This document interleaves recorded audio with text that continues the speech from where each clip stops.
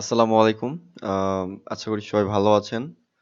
তো এই টিউটোরিয়ালে আপনাকে স্বাগতম। আর আজকের এই টিউটোরিয়ালে আমরা এলিমেন্টর পেজ বিল্ডার দিয়ে হিরো সেকশন কিভাবে বানাই ওটা আমরা দেখব। আমাদের মূলত ওয়েবসাইটটা ছিল এটা। আর আমরা গত পর্বে হচ্ছে গিয়ে দেখেছিলাম যে গত পর্বে আমরা এলিমেন্টর নিয়ে আলোচনা করেছিলাম যে এলিমেন্টর একটা পেজ বিল্ডার। আর আজকে আমরা দেখব এলিমেন্টর দিয়ে কিভাবে একটা ডিজাইন হিরো সেকশন একটা বেসিক লেভেলের ডিজাইন কিভাবে করতে হয়। লাইক এরকম আমি আপনাদেরকে দেখাই। ঠিক এরকম একটা ডিজাইন, লাইক ধরেন এই জায়গায় যেভাবে দেখতেছেন এরকম একটা ডিজাইন আমরা তৈরি করব। ঠিক আছে, আমাদের হোম পেজে এটা একটা ওয়েবসাইট, মানে আমার লোকালের একটা ওয়েবসাইট। তো আমি যখনই হোমে ক্লিক করতেছি দেখেন আমার ইউআরএলটা চেক করেন, আমি হোম পেজে রয়েছি। ঠিক এরকম ভাবে যদি আমি আমার হোম পেজে যাই, আমরা দেখবো যে স্ল্যাশ হোমের মধ্যে আমাদের ওই যে গত পর্বে আমরা যে ডিজাইনটা করেছিলাম ব্লগ এডিটর দিয়ে, ঠিক আছে, গুটেনবার্গ দিয়ে, যেটা ওয়ার্ডপ্রেস ডিফল্ট ছিল।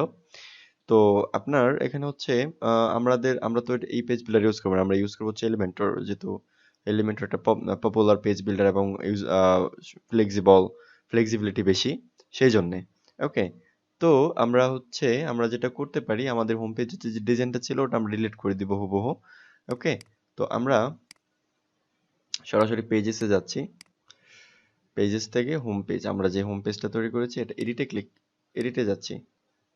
ওকে, তো এডিটে আসার পরে আমরা দেখব যে আমাদের কিছু ডিজাইন এখানে আছে, এই যে লেখা টেখা আছে, এগুলো আমরা সম্পূর্ণ ডিলিট করে দিব। হ্যাঁ, সম্পূর্ণ আমরা কি করব, ডিলিট করে দিব। এই যে এটা আমরা ডিলিট করি, রিমুভ প্যারাগ্রাফ, দেন হচ্ছে রিমুভ ইমেজ, দেন হচ্ছে রিমুভ বাটন।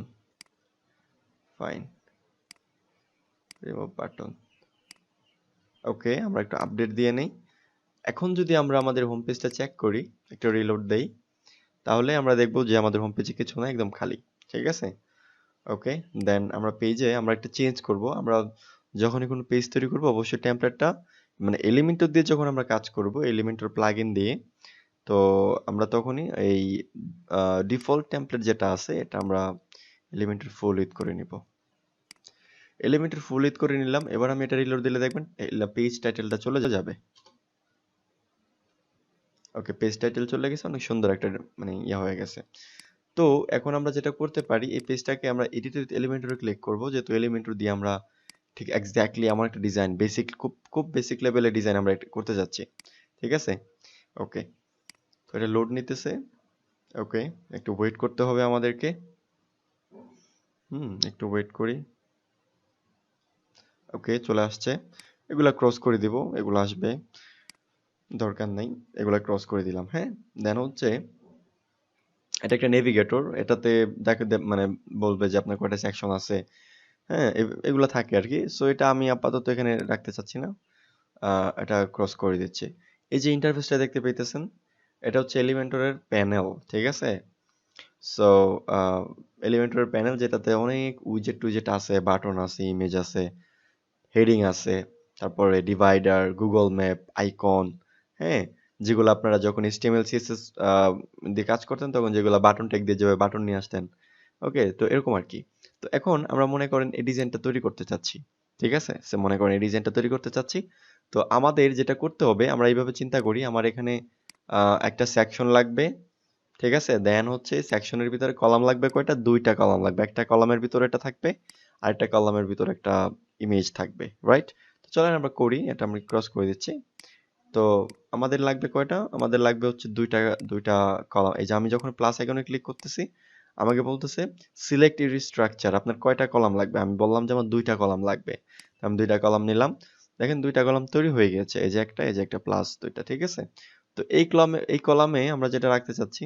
ওকে, তার আগে আমরা ডাইন সাইডের কলামটা দেখি কি আছে, একটা ইমেজ আছে। তো ইমেজটা চলেন আমরা নিয়ে আসি। এই ইমেজটা আমরা যেভাবে নিয়ে আসতে পারি, এই যে এরকম এরকম আছে।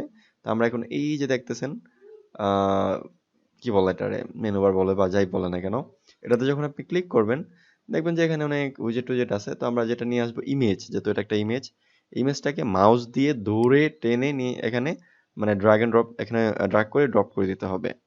ওকে, আসছে। তো আমরা এখানে কোনো ইমেজ নাই, আমরা ওই ইমেজটা দিব, ওই মেয়ের ইমেজটা দিব আর কি। তো আমরা মেয়ের ইমেজটা দেই, চলেন। তো তো আমি এখানে সিলেক্ট ফাইল, আমি একটা ইমেজটা আপলোড করবো, এই যে এটা। দেন হচ্ছে ওকে, আপলোড হয়ে গেছে, দেন আমি পাবলিশ করে দিছি, দেন আপডেট দিলাম। এখন যদি আমরা আমাদের ওয়েবসাইটটা চেক করি, হোম পেজটা আর কি, ঠিক আছে। ওকে, হোম পেজটা চেক করতেছি, দেখেন আমাদের ইমেজ আসছে মনে হয়, হ্যাঁ ইমেজ আসছে। এখন আমাদের দরকার হচ্ছে এই যে এই লেখাগুলো এবং সাথে একটা বাটন, হ্যাঁ এই বাটনটা লাগবে। আমরা এলিমেন্টরের পেজে আবার যাচ্ছি, এখানে আসার পরে আমরা এটার মধ্যে ক্লিক করতেছি। এটাতে যখন আমি ক্লিক করছি আমার উইজেটের লিস্টগুলো আবার চলে আসছে, ঠিক আছে।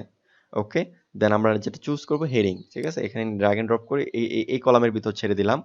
দেওয়ার পর আমরা এখানে কি লেখা ছিল, হাই দেয়ার, আমরা এটা কপি করতেছি, দেন এই জায়গায় আমরা পেস্ট করে দিচ্ছি। অ্যান্ড মেক শিওর এটার কালার কি ছিল, black colour, right, black colour. আমরা এটা স্টাইলে গিয়ে আমরা স্টাইলে যখন ক্লিক করবো, এখন অনেক অপশন আছে, এগুলো আমরা বিস্তারিত পরে জানবো। তো আমি এখন হচ্ছে টেক্সট কালারটা, এই যে টেক্সট কালারটা আমরা ব্ল্যাক করে দিব, সে মনে করেন এটা, ঠিক আছে। দেন আপডেটে ক্লিক করলাম। আমরা যদি এখন গিয়ে হোম পেজে চেক দিয়ে দেখবো, দেখবো যে আমাদের ওই লেখাটাও অলরেডি চলে আসছে। ওকে, একটু রিলোড নেবে, দেন চলে আসছে। এবার আমরা যেটা করতে পারি, এই লেখাটা নিয়ে আসবো। এটা কিভাবে নিয়ে আসতে পারি, আপনারা যখন HTML CSS দিয়ে কাজ করছেন তখন এই লেখাগুলো ইউজুয়ালি এই লেখাটা প্যারাগ্রাফ ট্যাগ দিয়ে নিয়ে আসতেন, রাইট। তো ঠিক এলিমেন্টরে আমরা এটা যেভাবে নিয়ে আসতে পারি, এই যে টেক্সট এডিটর, এটা মনে করেন প্যারাগ্রাফ ট্যাগ দিয়ে যেভাবে চাইলে একটা প্যারা অথবা কয়েক লাইন আমরা শো করতে পারতাম, এটা দিয়েও সেভাবে করতে পারবো। তো আমি এটা ড্র্যাগ এন্ড ড্রপ করে এটা নিচে আমি ছেড়ে দিতেছি, নিচে, হ্যাঁ নিচে ছেড়ে দিলাম, আসছে। দেন এই লেখাটা আমি কপি করতেছি, এইখান থেকে এই লেখাটা আমি কপি করলাম। কপি করার পর আমি জাস্ট এখানে এসে এটা পেস্ট করে দিব, ঠিক আছে, পেস্ট করে দিলাম। দেন আপডেট দিলাম। দেন আমরা যদি এখানে গিয়ে আবার রিলোড দেই, আমি আমি ইউজুয়ালি কাজ করার ক্ষেত্রে এতবার রিলোড দেই না, বাট আমি আপনাদেরকে যাতে মানে লাইভ ব্যাপারটা আপনারা তাড়াতাড়ি ক্যাচ করতে পারেন এজন্য দেখাচ্ছি। দেখেন আমরা যতটুকু করছি ততটুকু কিন্তু চলে আসছে। এবার আমাদের দরকার কি, বাটন, রাইট, যেখানে লার্ন মোর নামে একটা লেখা থাকবে। তো আমরা এই বাটনটা নিয়ে আসি। তো এই বাটনটা নিয়ে আসার জন্য আমরা যেটা করতে পারি, আবার উইজেট প্যানেলটারে নিয়ে আসবো।